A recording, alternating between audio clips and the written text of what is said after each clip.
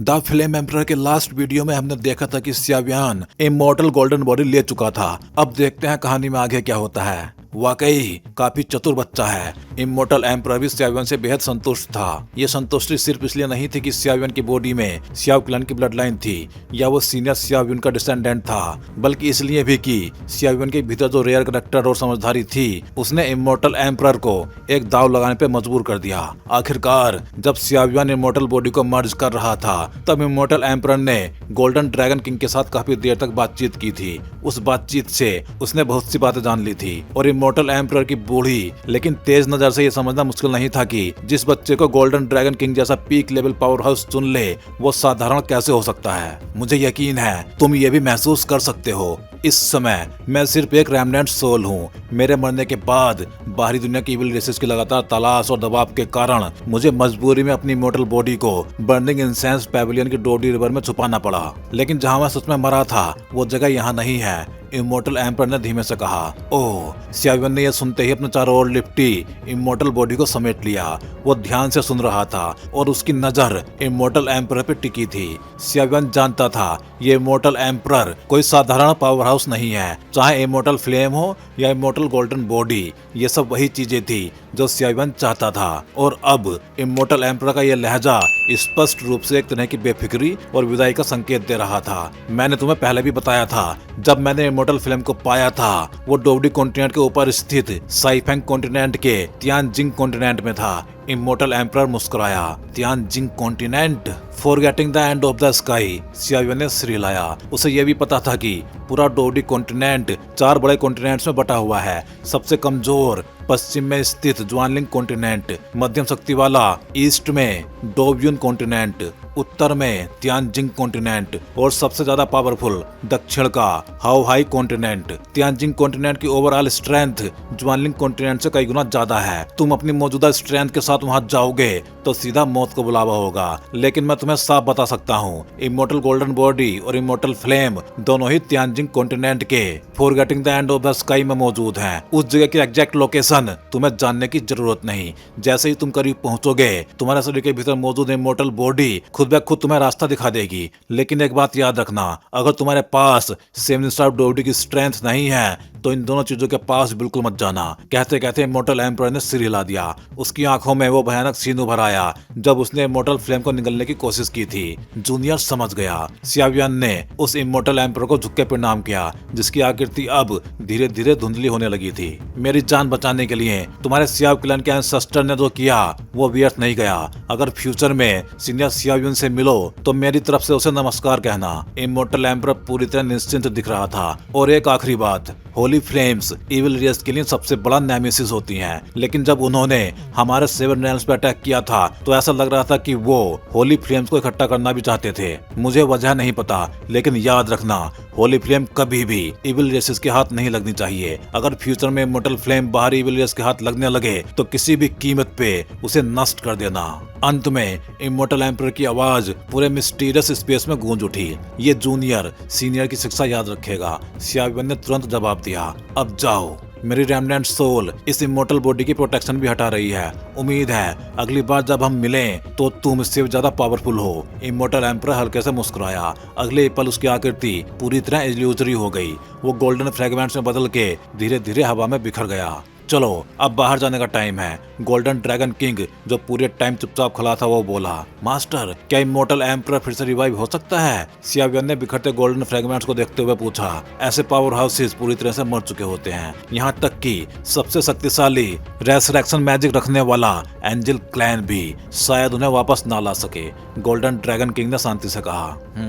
सियावियन ने हल्की सी आंख भरी। वो उठ खड़ा हुआ और मेन हॉल की ओर बढ़ा। जैसे ही सियावियन हॉल से बाहर निकला पूरा हॉल अगले ही पल ढह गया। जो एंसेंट ओरा था वो पल भर में खंडर में बदल गया। ये हॉल इमॉर्टल बॉडी की रक्षा के लिए ही मौजूद था। अब जब इमॉर्टल बॉडी को मास्टर मिल गया तो ये भी इस स्पेस में डिसॉल्व हो गया। गोल्डन ड्रैगन किंग ने कहा। अगले ही पल वो सियावियन की अंगूठी में लौट गया। डोवडी रिवर से एक चकाचौंध गोल्डन लाइट फैल गई। ये ओरा मोइंग तुरंत सतर्क हो गई। उसने डोवडी रिवर की ओर देखा क्योंकि ये ओरा सियावी के पीक 7 स्टार डोवडी लेवल से भी कहीं ज्यादा पावरफुल था। घबराओ मत, ये मेरे बड़े भाई का ओरा है, सियावी मुस्कुराते हुए बोला। बिग ब्रदर आखिर बाहर आ ही गए। सियावी आगे बढ़ा और सियावियन के कंधे पर मुक्का मारा। सब कुछ ठीक रहा, सियावियन ने भी मुस्कुरा के कहा। अच्छा है। मो यिंग ने दोनों को देखा, थोड़ा हैरान हुई लेकिन कुछ पूछा नहीं। क्या तुम्हें 10th रैंक डोबडी बॉडी मिल गई? सियावी ने मुस्कुरा के पूछा। हाँ, बस किस्मत ने साथ दे दिया, सियावियन हंसा। उसे सियावी पे पूरा भरोसा था। तुम्हारे अंदर जाने के बाद हम चारों 10 दिनों में बाहर आ गए थे। सबको 6th रैंक डोबडी बॉडी मिली और मो यिंग को 7th रैंक डोबडी बॉडी, सियावी ने बताया। सियावियन को कोई हैरानी नहीं हुई। डोबडी बॉडी सिर्फ बेहद हाई लेवल डिसाइपल्स को ही मिलती है, लेकिन इतना ही पूरे बर्निंग इंसेंस पैविलियन को हिलाने के लिए काफी था। और ज्वानलिंग रॉयल फैमिली ने भी दूत भेजा है। तुम्हारे बाहर आते ही हम ज्वानलिंग एम्परर पॉइंट जा सकते हैं, सियावी ने कहा। ये सुनकर सियावियन मुस्कुराया। उसे नहीं पता था कि एम्परर पॉइंट में क्या खास है, लेकिन जब इतनी तारीफ होती है तो वो जगह निश्चित रूप से एक्स्ट्रा ऑर्डिनरी होगी। ओह, एक बात और, जिस एल्डर ने हमें लीड किया था उन्होंने कहा है कि तुम उनसे जाके मिलो। नाम शायद ओल्ड जू है, मो यिंग ने याद करते हुए कहा। जू लाओ, सियावियन ने सिर हिलाया। इसके बाद तीनों डोवडी रिवर हॉल से बाहर निकल गए। डोवडी रिवर धीरे धीरे अंधेरी होने लगी। कब दोबारा खुलेगी कोई नहीं जानता था। सियावी और मो यिंग 5 बैम्बू रेजिडेंस लौट गए। वहीं सियावियान सीधे जूलाव की ओर चल पड़ा। विदा लेते समय मो यिंग ने धीमे से कहा, सियावियान सावधान रहना, सुना है जूलाव काफी अजीब हैं। सियावियन अकेले चलते हुए सोचने लगा। मो यिंग अचानक इतनी कंसर्न दिखाने लगी। क्या बात है? 5 बैम्बू रेजिडेंस मो यिंग का निवास था। वो दूर शून्य को देखती हुई बुदबुदाई। पता नहीं क्यों हर बार सियावियन के करीब आने पे दिल को अजीब सी शांति मिलती है। भाई, तुम कहाँ चले गए? इतने साल हो गए, अब तक लौटे क्यों नहीं? उसकी आंखों में एक पल के लिए अजूरे फ्लेम चमक उठी। वो फ्लेम मानो सब कुछ जला सकती हो। उधर सियावियन जूलाव की ओर बढ़ रहा था। वो सोच रहा था, जू लाओ ह्यूमन पैलेस के एल्डर होते हुए भी हेवनली पैलेस में रहते हैं। ये अपने आप में अजीब बात थी। रास्ते में उसने कई हेवनली पैलेस डिसाइपल्स देखे, सब काफी पावरफुल थे, लेकिन सियावियन को इससे कोई फर्क नहीं पड़ा। आखिर वो हेवनली पैलेस की बाउंड्री तक पहुंचा। पहली बार आने के कारण वो थोड़ा भटक गया। रास्ते बेहद जटिल थे, गलियां, मोड़, कॉरिडोर्स, लेकिन पूछते पूछते वो सही जगह पहुंच गया। उसने महसूस किया कि जैसे ही वो जूलाव का नाम लेता, हेवनली पैलेस के डिसाइपल्स अजीब सा रिएक्शन देते, मानो उस नाम में कोई अजीब पावर हो। सीनियर ब्रदर, जूलाव का रेजिडेंस किधर है? सियावियन ने क्रॉस रोड्स पे खड़े एक व्यक्ति से पूछा। वो व्यक्ति स्लिम सा था, सियान कपड़े पहने हुए, गोरा चेहरा, लगभग लड़की जैसा। आवाज भी कुछ ज्यादा ही साफ थी। तुम जूलाव को क्यों ढूंढ रहे हो? ओल्ड जू आउटसाइडर से नहीं मिलते, जल्दी लौट जाओ, उस व्यक्ति ने कहा। सियावियन की सोल परसेप्शन तुरंत अलर्ट हो गई। ये व्यक्ति कुछ अजीब है। चलने फिरने से आदमी लगता था, लेकिन ओरा और स्किन टोन, ये औरत हो सकती है। जूलाव ने ही मुझे बुलाया है, सियावियन ने शांति से कहा। इतनी कम एज में झूठ बोलना सीख गए? उसने आवाज ऊंची की। जूलाव तीनों हॉल्स में मशहूर हैं। दशकों से उन्होंने किसी से भी मुलाकात नहीं की और आज तुमसे मिलेंगे? सियावियन निराश हो गया। सीनियर ब्रदर, मैं झूठ क्यों बोलूंगा? वो समझ चुका था ये 5 स्टार डोवडी पावर हाउस है, इसलिए उसने सम्मान बनाए रखा। समय बर्बाद मत करो। जूलाव का रेजिडेंस इधर बाएं मुड़ो और सीधे अंत तक। वो इतना बोल के तेजी से चला गया। पीछे से बुदबुदाया। सुना है डोवडी रिवर की मॉडल बॉडी एक नए डिसाइपल को मिली है, देखूं तो सही वो है कौन? सियावियन ने यह नहीं सुना। उसने बस कंधे उचका दिए। बर्निंग इंसेंस पैविलियन सच में डरावना है। थोड़ी देर बाद आ गया। रास्ते के अंत में एक लकड़ी का घर था। उससे अजीब सी स्पिरिचुअल फ्लक्चुएशंस निकल रही थी। सियावियन 10 मीटर दूर रुक गया। उसने मेंटल पावर फैलाई। ये स्पिरिचुअल पावर की फ्लक्चुएशन? उसका दिल कांप गया।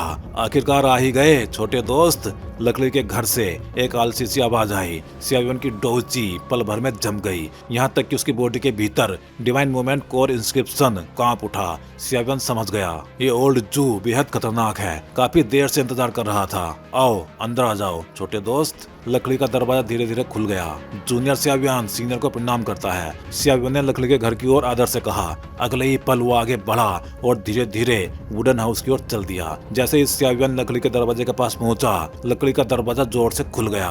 दरवाजे के अंदर से एक भयानक तेज हवा सीधे सियावियन की ओर टूट पड़ी। सियावियन का पहला एहसास यही था कि ये हवा पूरी तरह अनस्टॉपेबल है, लेकिन उसने जरा भी घबराहट नहीं दिखाई। सियावियन ने ठंडी आवाज में स्नोट किया। अगले ही पल एक भयानक भयानक मिल्की व्हाइट फ्लेम तुरंत प्रकट हुई और सियाविन के पूरे शरीर को ढक लिया। इनविजिबल तेज हवा भयानक फ्लक्चुएशन के साथ सियाविन की मिल्की व्हाइट फ्लेम से जोर से टकराई। दोनों की टक्कर से एक इनविजिबल वेव सियाविन की बॉडी के चारों ओर फैल गई। अगले ही पल वो वेव रिपल्स में बदल गई, सियाविन को केंद्र बना के पूरे कमरे में फैल गई। ये तो अच्छा नहीं है, सियाविन ने मन ही मन कहा। उसकी मिल्की व्हाइट फ्लेम की डिफेंस भी उस इनविजिबल विंड को पूरी तरह रोक नहीं पाई थी। इसका मतलब साफ था, ये इनविजिबल विंड बेहद टेरिफाइंग थी। तुम्हारी फ्लेम साधारण नहीं लगती, एक प्रसन्न सी आवाज धीरे से गूंजी। सियाविन ने ध्यान से देखा, सामने एक दुबला पतला साधारण सा बूढ़ा आदमी खड़ा था। सियाविन तुरंत समझ गया, यही वो ओल्ड जू था। ये सियाविन की मिल्की व्हाइट फ्लेम अभी भी उसकी बॉडी पे थी, लेकिन अजीब बात ये थी कि तेज हवा कम होने के बजाय और भी ज्यादा भयानक हो गई। अगले ही पल सियाविन का चेहरा बदल गया। सोचने का समय नहीं था, एक भयानक गोल्डन इमोर्टल बॉडी तुरंत प्रकट हो गई। जैसे ही इमोर्टल बॉडी सामने आई, वो टेरिफाइंग विंड मानो पत्थर से टकरा गई हो। हवा जोर से सियाविन की गोल्डन इमोर्टल बॉडी को टक्कर मारी और अगले ही पल पूरी तरह गायब हो गई। ये तो सच में इमोर्टल बॉडी है। ओल्ड जू दरवाजे के पास आया और सियाविन को ऊपर से नीचे तक देखने लगा। अभी जो किया वो बस एक छोटी सी ट्रिक थी, तुम्हारी इमोर्टल बॉडी को बाहर निकालने के लिए। अगर तुम इतना भी रेजिस्ट नहीं कर पाते तो आज यहाँ आने का कोई मतलब नहीं था, एल्डर जू ने कहा। सियाविन के माथे पे काली लकीरें खिंच गई। ये बूढ़ा सच में अजीब है, लेकिन ये बच्चा वाकई अनएक्सपेक्टेड है। मैं भी उस समय इस इमोर्टल बॉडी तक पहुंचा था, लेकिन उस सीनियर की अप्रूवल नहीं मिली। इसने तुम्हें चुना, इसका मतलब है तुम भी डेस्टाइन्ड हो। एल्डर जू की आवाज गूंज उठी। सीनियर ने कुछ ज्यादा ही सराहा दिया। सियाविन हल्के से मुस्कुराया। भले ही ये सिर्फ कुछ पल की मुलाकात थी, सियाविन समझ चुका था ये जू लाओ सिर्फ टेरिफाइंग ही नहीं है, इसके पास एक बेहद फैमिलियर पावर भी है, मेंटल स्ट्रेंथ। इसका मतलब साफ था, ओल्ड जू एक ट्रू बैटल फॉर्मेशन मास्टर है और उसकी स्पिरिचुअल पावर सियाविन से कई गुना ज्यादा है। यही वो चीज थी जो हमेशा सियाविन को परेशान करती थी, स्पिरिचुअल पावर को कल्टिवेट कैसे किया जाए। यहाँ तक कि उसके मास्टर गोल्डन ड्रैगन किंग भी इस बारे में ज्यादा नहीं जानते थे। अब उम्मीद सीधे इस ओल्ड जू पे टिक गई थी। क्या तुम्हें पता है कि मैंने तुम्हें क्यों बुलाया है? एल्डर जू ने अजीब सी हंसी के साथ पूछा। शायद ज्वानलिंग एम्परर पोंड के लिए, सियाविन ने थोड़ी देर सोच के कहा। वो भी एक वजह है, लेकिन सबसे इम्पोर्टेंट नहीं, ओल्ड जू रहस्यमय ढंग से बोला। वो सियाविन के चारों ओर घूमने लगा, ध्यान से उसे देखने लगा। तो फिर सियाविन उलझ गया। अगर एम्परर पोंड नहीं तो फिर क्या? पहले मेरा घर देखो, ओल्ड जू ने कहा। अगले ही पल पूरे वुडन हाउस में रोशनी फैल गई। सियाविन चौंका। अब उसे समझ आया, अंदर पहले अंधेरा ओल्ड जू की रेस्टोरेंट की वजह से था। ये कमरा रोशन होते ही सियाविन की आंखें फैल गई। ये तो फॉर्मेशन स्क्रॉल्स। पूरा कमरा सैकड़ों स्क्वायर मीटर में फैला स्क्रॉल से भरा हुआ था। वो फर्श पे बिखरी थी, कमरे का ज्यादातर हिस्सा घेर चुकी थी। सियाविन को इन स्क्रॉल से बेहद फैमिलियर फ्लक्चुएशन महसूस हुई, यहाँ तक कि उसके नी गोंग वैन के भीतर कोर इंस्क्रिप्शन भी धीरे धीरे हिलने लगी। सीनियर आप? सियाविन अवाक होके ओल्ड जू को देखने लगा। मुझे क्यों ना लगे कि तुम भी समझ गए हो, ओल्ड जू मिस्टीरियस ढंग से बोला। कहीं ऐसा तो नहीं? सियाविन की पुतलियां सिकुड़ गईं। मुझे गुरु बना लो, एक साधारण सा वाक्य था, लेकिन सियाविन के दिल पे बिजली की तरह गिरा। सियाविन फैंजियन पेविलियन में आया था तो एल्डर्स को टीचर्स कहा जा सकता है, लेकिन ये रियल अप्रेंटिसशिप थी, रियल डिसाइपल जो गुरु के साथ जिए मरे, जिसे गुरु बिना कुछ छुपाए सब कुछ सिखाए। ऐसे गुरु शिष्य संबंध के लिए अनगिनत लोग तरसते हैं। एल्डर जू जूनियर पहले से ही एक मास्टर को मान चुका है। सियाविन ने सीधा मना कर दिया। भले ही उसकी आंखें फॉर्मेशन स्कूल से हट नहीं रही थी, लेकिन उसने अप्रेंटिसशिप ठुकरा दी। क्या तुम्हें लगता है मैं मजाक कर रहा हूँ? इस फैंजियन पेविलियन में अनगिनत लोग मुझे गुरु बनाना चाहते हैं, लेकिन सियाविन ने बीच में ही कहा, सीनियर की स्ट्रेंथ और स्टेटस पे मुझे कोई शक नहीं, लेकिन जूनियर पहले से ही गुरु को मान चुका है। एक दिन का गुरु जीवन भर का पिता होता है। अपने गुरु से गद्दारी मैं नहीं कर सकता। सियाविन के शब्द गिरते ही कमरे का माहौल अचानक ठंडा पड़ गया। एक प्रेशर ओल्ड जू से फैलने लगा। जूनियर विदा लेता है। सियाविन ने मुट्ठी बांधी और दरवाजे की ओर चल पड़ा। एक कदम, दूसरा कदम। कमबख्त, ये बूढ़ा इतना जिद्दी ना हो, सियाविन अंदर अंदर सोच रहा था। वो बेहद नर्वस था। ओल्ड जू की पावर बेहद गहरी और पावरफुल थी, और वो एक रियल बैटल फॉर्मेशन मास्टर था। ये दोनों चीजें ही सियाविन सीखना चाहता था, लेकिन अप्रेंटिसशिप बहुत बड़ा मामला था। वो यूं ही हाँ नहीं कह सकता था। जैसे ही सियाविन दरवाजे के पास पहुंचा और मुड़ने ही वाला था, एक आह भरी आवाज आई, ये बच्चा, तुम वाकई बहुत जिद्दी हो, वापस आओ। मैं तुम्हें जबरदस्ती शिष्य नहीं बनाऊंगा। मेरे अधीन रहोगे तो पूरी आजादी होगी, कोई बंधन नहीं। मेरे साथ सीख सकते हो, लेकिन पहले तुम्हें एक शर्त माननी होगी। ओल्ड जू बोला। क्या शर्त? सियाविन के दिल का बोझ उतर गया। मैं ओल्ड जू, मैंने जिंदगी में कभी शिष्य नहीं लिया। आज से तुम मेरे पहले डिसाइपल हो, लेकिन अगर 20 साल के भीतर डोवजियान में ब्रेक थ्रू नहीं किया तो मेरे डिसाइपल होने का नाम मत लेना। 20 साल में डोवजियान? सियाविन की आंखें चमक उठी। यस मास्टर, उसने तुरंत जवाब दिया। Bamboo amber, golden dragon king की आवाज सियाविन के भीतर गूंजी। ये वही व्यक्ति लगता है जिसका जिक्र यानची ने किया था। मैं तुम्हें डिसाइपल मानता हूँ, लेकिन ज्यादा पाबंदी नहीं करूंगा। तुम्हारे दूसरे गुरु भी तुम्हें सिखाते रहेंगे। फैंजियान पैवेलियन में मुझी के साथ पढ़ने के बजाय मेरे साथ स्पेशल कल्टीवेशन करो। तुम अल्केमिस्ट हो, मैं पूरी ताकत से तुम्हें कल्टीवेट करूंगा, लेकिन फ्यूचर में अगर फैंजियान पैवेलियन मुसीबत में पड़े तो तुम्हें हेल्प करनी होगी। जूलाओ बोला। बिल्कुल, सियाविन ने छाती ठोक दी। जल्दी प्रॉमिस मत करो, अभी तो बस सर्टिफिकेट था। असल में मुझे 3 शर्तें चाहिए। ओल्ड जू मुस्कुराया। 3? सियाविन का चेहरा उतर गया। सीनियर, आपको ज्यादा ही मांग रहे हैं। ओल्ड जू गुस्से में हाथ उठाने वाला था, फिर रुक गया। ये लड़का सच में उसे गुस्सा दिला रहा है। बस मान लो। गोल्डन ड्रैगन किंग की आवाज आई। ये सौदा सिर्फ फायदे का है। क्यों? सियाविन ने पूछा। यानची की घटना के समय ये आदमी भी वहीं था और होली फ्लेम से इसका कोई गहरा रिश्ता है। मैं मानता हूँ, सियाविन ने तुरंत कहा और जानबूझ के काफी दर्द भरा चेहरा बनाया। जूलाओ बेहद खुश हो गया, लेकिन वो नहीं जानता था कि सियाविन ने उसे उल्टा फंसा लिया है। ठीक है टीचर। सियाविन की आंखें चमक उठी। क्या? जूलाओ को झटका लगा। वो साफ देख सकता था सियाविन की नजर क्या मांग रही है। ठीक है, तुम सच में बहुत लालची हो। जुआनलिंग रॉयल पॉइंट से लौट के सब दूंगा। जूलाओ ने हार मान ली। ओल्ड जू, क्या आप बैटल फॉर्मेशन मास्टर हैं? सियाविन ने जिज्ञासा से पूछा। हाँ, जुआन सेंटियन का इकलौता बैटल फॉर्मेशन मास्टर, और मेरा एक और टाइटल है, अनडिफिटेड गॉड ऑफ वार एसिस। ये कहते ही एक भयानक प्राउड मेंटल ओरा पूरे वुडन हाउस में फैल गया। अनडिफिटेड गॉड ऑफ वार एसिस? सियाविन की पुतलियां सिकुड़ गई। उसने देखा एक अत्यंत विशाल मेंटल प्रेशर सीधे उस पर टूट पड़ा। भयानक मेंटल प्रेशर और डोवची प्रेशर ने सियाविन की पूरी बॉडी को जरा सा दबा दिया, यहाँ तक कि उसकी बॉडी की हड्डियां भी हल्की सी चरमराने लगी। सियाविन मुश्किल से सांस ले रहा था, लेकिन उसकी आंखों में आग थी और वो सामने खड़े ओल्ड जू को घूर रहा था। अभी अभी महसूस हुई डोवची को देखते हुए, भले ही वो जुआनलिंग किंग के बराबर ना हो, लेकिन ताकत में ज्यादा अंतर भी नहीं था। है, अब क्या मैं तुम्हारा टीचर बनने के लायक हूँ? एल्डर जू ने धीमे से मुस्कुराते हुए कहा। ऐसा लग रहा था अगर उसने पावर ना दिखाई होती तो ये बच्चा सच में उसे हल्के में ले लेता। मैं आपको जूलाओ ही बुलाऊंगा, सियाविन बोला, वरना हर बार कुछ अजीब सा लगेगा। कोई बात नहीं। जूलाओ हल्के से हंसा। नाम की मुझे भी ज्यादा परवाह नहीं। ओल्ड जू, अनडिफिटेड गॉड ऑफ वार एसिस, सियाविन ने जिज्ञासा से दोहराया। क्यों? अब क्यूरियोसिटी जाग गई? जूलाओ ने सियाविन की ओर देखा।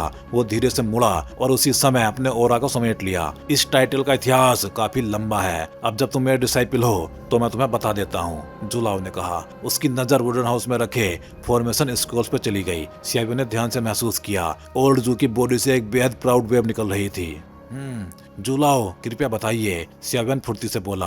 वो एक स्टूल ले आया और जूलाओ को सामने रख दी। क्या तुम्हें हमारी बर्निंग इंसेंस पैवेलियन की ओरिजिन पता है? जूलाओ ने पूछा। बर्निंग इंसेंस पैवेलियन का इतिहास? कहा जाता है कि फैंजियान पैवेलियन सिर्फ फायर टाइप डोची ही कलेक्ट करता है और केवल पुरुष डिसाइपल्स ही लेता है। कहा जाता है यहाँ यिन कम और यांग ज्यादा है, और ये भी अफवाह है कि वैनहुआ पैवेलियन और फैंजियान पैवेलियन के पैवेलियन मास्टर्स के बीच कोई गहरा रिश्ता है, लेकिन असल में क्या है कोई साफ नहीं जानता। यही इंसेंस की ओरिजिन मानी जाती है, सियाविन ने धीरे से कहा।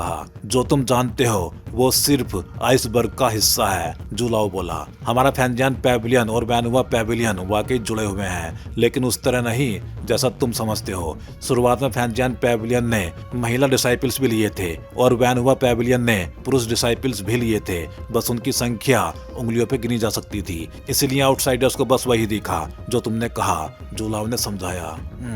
सियाविन ने हल्के से सिर हिलाया, लेकिन उसके दिल में जबरदस्त हलचल मच गई। फैंजियान पैवेलियन और वैनहुआ पैवेलियन के बीच इतना गहरा रिश्ता उसके मास्टर गोल्डन ड्रैगन किंग ने भी कभी कहा था। यानची का फैंजियान पैवेलियन से कोई गहरा संबंध था। जूलाओ, असल ओरिजिन क्या है? सियाविन ने पूछा। जूलाओ के चेहरे पे हल्की सी गंभीरता आ गई। जो मैं बताने वाला हूँ वो फैंजियान पैवेलियन का टॉप सीक्रेट है, तुम समझते हो ना? जूलाओ बोला। मैं समझता हूँ, सियाविन ने तुरंत कहा। वो जानता था ये बातें बाहर नहीं जानी चाहिए। हमारे फैंजियान पैविलियन की असली शुरुआत 10,000 साल पहले इविल रेसिस के साथ हुई महान जंग से होती है। उस समय 7 रेल्म्स आपस में ही लड़ रहे थे, रिसोर्सेज और टेरिटरी के लिए एक दूसरे के लोअर प्लेन्स में अटैक कर रहे थे। लेकिन जब एलियंस से सामना हुआ तब 7 रेल्म्स के पीक पावर हाउसेस को समझ आया कि उन्होंने एनिमी को बहुत कम आंका था, उन्हें भारी नुकसान हुआ। फिर भी आखिरकार 7 रेल्म्स ने इविल रेसिस को खदेड़ दिया और शांति लौट आई। लेकिन हालांकि ऊपर शांति थी, लेकिन 7 रेल्म्स के नीचे कई प्लेन्स इविल पावर से बुरी तरह दूषित हो चुके थे। कई लोअर प्लेन्स पूरी तरह तबाह हो गए। डोडी कॉन्टिनेंट पे स्थित ज्वानलिंग कॉन्टिनेंट इविल रेसिस से सबसे ज्यादा प्रभावित हुआ। उस समय फैंजियान पैविलियन के फाउंडर ज्वान सेंटियान पहुंचे। उन्होंने देखा कि यहाँ पे एम्परर ची बेहद पिटसूर है, कल्टीवेशन के लिए आदर्श, तो उन्होंने बहुत मेहनत से इविल पावर को हटाया और फिर बर्निंग इंसेंस पैविलियन की स्थापना की। बाद में दूसरे सुपर सेक्ट के फाउंडर्स भी आए और सेक्ट सिस्टम बना। लेकिन उसी समय हमारे फैंजियान पैविलियन के फाउंडर और ज्वानलिंग रॉयल फैमिली के फाउंडर के बीच जबरदस्त टकराव हुआ। क्यों? क्योंकि ज्वानलिंग रॉयल फैमिली उस माउंटेन रेंज पर नजर गड़ाए बैठी थी जहां हम बसे थे। हमारे फाउंडर भी साधारण नहीं थे और ज्वानलिंग रॉयल फैमिली का फाउंडर इतना भी नहीं कि मनमानी कर सके। आखिर दो डोजवान लेवल पावर हाउस के बीच ज्वान सेंटियान में भयानक युद्ध छिड़ गया। ये युद्ध पूरा 1 साल चला। अंत में हमारे फैंजियान पैविलियन के फाउंडर जीते और ज्वानलिंग रॉयल फैमिली का फाउंडर वापस जाके कुछ ही समय में मर गया। कहा जाता है वो हमारे फाउंडर के पॉइजन से मरा, लेकिन ये सब बकवास है। हम फैंजियान पैविलियन सीधे साधे लोग हैं, हमें नीच चालों की जरूरत नहीं। असल में ज्वानलिंग रॉयल फैमिली ही पर्दे के पीछे गंदी चालें चलती है, बस हम बोलते नहीं। तभी से हमारे और ज्वानलिंग रॉयल फैमिली के बीच रिश्ता आग और पानी जैसा हो गया। हजारों सालों में छोटी बड़ी अनगिनत लड़ाइयाँ हुई। जहाँ तक मेरे टाइटल की बात है तो तब शुरू हुआ जब मैं फैंजियान पैविलियन आया। मैं पैविलियन मास्टर का डायरेक्ट डिसाइपल बना, मेरी पावरफुल स्पिरिचुअल पावर की वजह से। हालांकि ज्वान सेंटियान में कोई बैटल फॉर्मेशन मास्टर नहीं था, लेकिन पैविलियन मास्टर ने एंसेंट बुक्स खोज के मुझे तैयार किया। बाद में ज्वानलिंग रॉयल फैमिली ने मेडुसा क्लैन पे अटैक किया। एक डोजियान, 2 पीक डोडी और कई पावर हाउस, मुझे वहां भेजा गया। मैंने 8 स्टार डोडी पीक के लेवल पे बैटल फॉर्मेशन मास्टर की पहचान से उन सबको रोक लिया। मेडुसा क्लैन ने काउंटर अटैक किया और ज्वानलिंग रॉयल फैमिली को भारी नुकसान हुआ। उसकी आवाज में गर्व साफ झलक रहा था। 8 स्टार डोडी होके आपने डोजियान और बाकी सबको रोक लिया। सियावियन स्टंड रह गया। अब उसे साफ समझ आ गया था बैटल फॉर्मेशन मास्टर कितना भयानक होता है। एक पावरफुल डॉग फॉर्मेशन मास्टर एक पूरी आर्मी के बराबर होता है। यही असली डर है, ये है असली बैटल फॉर्मेशन मास्टर, जूलाओ बोला। इसी वजह से ज्वानलिंग रॉयल फैमिली आज भी हमसे और मेडुसा क्लैन से नफरत करती है। और सोलोमोन, उसका उनसे क्या रिश्ता है मुझे नहीं पता, लेकिन यकीनन कुछ गुप्त सौदे चल रहे हैं। अब समझ में आया। सियावियन ने सिर हिलाया, फिर उसने स्क्रोल्स की ओर देखा। ओल्ड जू, ये आपके घर में जो स्क्रोल्स हैं, मुझे नहीं लगता कि तुम्हारी सोल पावर सिर्फ एम्परर लेवल पे ही रुकी है। जूलाओ मुस्कुराया। ये फॉर्मेशन स्क्रोल्स हैं, फाइटिंग स्किल स्क्रोल्स से अलग। अगर तुम बैटल फॉर्मेशन मास्टर नहीं हो तो इन्हें खोल भी नहीं सकते। आंखें बंद करो और महसूस करो। सियावियन ने आंखें बंद की। सोल पावर या स्पिरिचुअल पावर इस्तेमाल मत करो, सिर्फ इंट्यूशन से स्क्रोल्स को छुओ। जूलाओ की आवाज आई। सियावियन ने हाथ बढ़ाया, एक सिल्वर फॉर्मेशन स्क्रोल को छुआ। अचानक स्क्रोल कांप उठा। एक सिल्वर लाइट निकली और सीधे सियावियन की बॉडी में घुस गई। ये क्या? सियावियन चौंका, लेकिन परेशान नहीं हुआ। उसे समझ आ गया, एरे कोर, फॉर्मेशन स्क्रोल का कोर। ओल्ड जू, ये? सियावियन ने पूछा। सिल्वर एरे कोर कैसा लगा? जुलाओ मुस्कुराया। वो सिल्वर लाइट मेरे शरीर में चली गई और गायब हो गई। सियावियन बोला। नहीं, ध्यान से महसूस करो, जुलाओ ने कहा। अगले ही पल सियावियन चौंक गया। ये तो नीगोंग वैन में है। अब तुम इसे अपने ओरिजिनल इंस्क्रिप्शन से कंट्रोल कर सकते हो। तो भाई लोग, इस वीडियो में बस इतना ही। चलिए फिर जल्दी ही मिलते हैं अगले वीडियो में।